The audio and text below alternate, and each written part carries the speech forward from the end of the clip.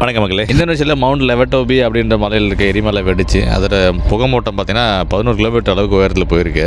இது வெடிச்சு சிதறதுக்கான ஆரம்பிக்கிற காட்சி. அது வெடிச்சு சிதறி அதோட அந்த சாம்பல் புகைமூட்டம் பார்த்தீங்கன்னா மேகம் போல் ஒரு 11 கிலோமீட்டர் அளவுக்கு மேலே போயிருக்கு. சுற்றி இருக்க கிராமத்துலாம் அந்த சாம்பல் விழுந்திருக்கு. இது வரைக்கும் அந்த உயிர் சேதம் இல்லை அப்படின்னு சொல்லியிருக்காங்க. இதே லாஸ்ட் இயர் பார்த்தீங்கன்னா 2024 நவம்பரில் இது ஒரு 9 பேர் இறந்து போயிருக்காங்க இதே எரிமலையால். இந்தோனேஷியாவில் மொத்தம் பார்த்தா 130 ஆக்டிவான ஒரு எரிமலைகள் இருக்குது அப்படின்னு சொல்கிறாங்க. எப்போ வேணால் வெடிச்சு சிதறலாம் அப்படின்ற மாதிரி. இது இன்னொரு விஷயம், இந்த ரிங் ஆஃப் ஃபயர் அப்படி சொல்லுவாங்க. அதாவது உலகத்தில் இருக்க 75% எரிமலைகள் இந்த பகுதியில் மட்டுமே இருக்கும். பசிபிக் ஓஷனை ஒட்டி இருக்கும். நியூசிலாந்து, இந்தோனேஷியா, ஜப்பானு, இந்த வெஸ்ட் அமெரிக்கா இந்த பகுதியிலே இருக்கும். இது ஒரு ஆஃப் ரிங் ஷேப்பில் இருக்கிறதால இது ரிங் ஆஃப் ஃபயர் அப்படின்னு சொல்கிறாங்க. அது ஒரு எரிமலை தான் இது இந்தோனேஷியாவில் இருக்குது. ஒரு 8 கிலோமீட்டர் யாரும் மக்கள் இருக்க வேணாம் சொல்லிட்டு எல்லாரும் வெளியேற சொல்லியிருக்காங்க.